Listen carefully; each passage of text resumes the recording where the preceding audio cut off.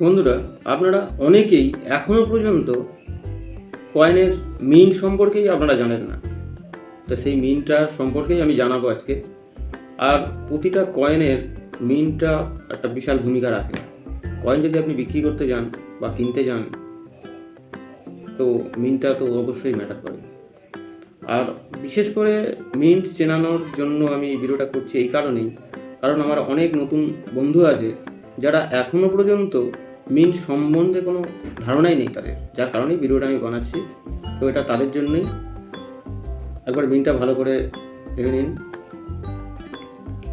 Kolkata mint, mint চারটে: Kolkata mint, Bombay mint, Hyderabad mint, Noida mint.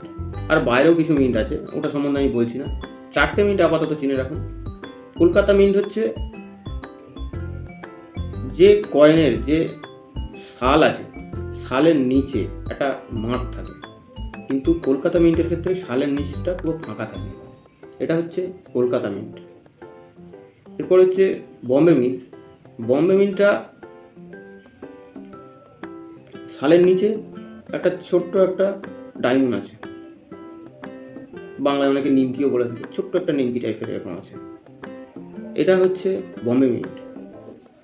আর Hyderabad mint হচ্ছে same, সালের নিচে একটা ছোট্ট একটা স্টার থাকবে, এরকম একটা স্টার থাকবে। এটা হচ্ছে হায়দ্রাবাদ মিন্ট। আর নয়ডা মিন্ট হচ্ছে সালের নিচে একটা মোটা ডট থাকবে, এটা হচ্ছে নয়ডা মিন্ট।